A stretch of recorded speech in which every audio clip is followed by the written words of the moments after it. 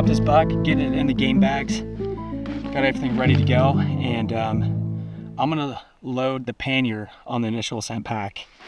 So when you're ready to start loading, you're going to flip your bag open, just like so, unbuckle all the straps, and you're gonna expose your Pannier Load Carrier. You're gonna have everything nice and open like this. I have 2 rears.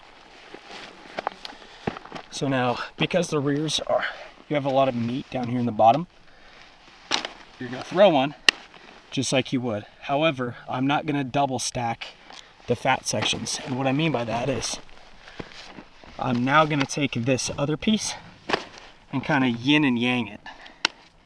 You don't have to. You can carry them both on the bottom, but you will be very bottom heavy, and it carries so much better when you yin and yang. So first thing you're going to do is buckle the tops straight to the frame. This pack is stupid easy to use. Get your meat centered on the frame, tighten the pannier, and then the next strap you're going to do is this middle one. So the frame has 3 wings. You're going to take the center one.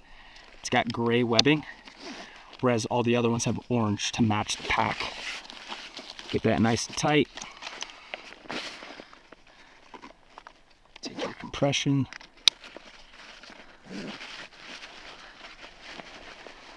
So now, because I'm taking my bag back with me, I'm just going to flip this over the top.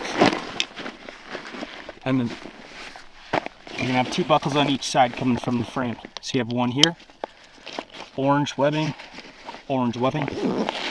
tighten that up.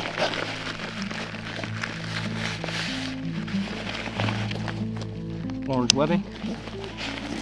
And then you're just gonna get that cinched down all the way across. And then that meat is going to be locked and loaded on your back. If you've never heard of Initial Ascent packs, you should go check them out, because loading meat is unlike anything I've ever done.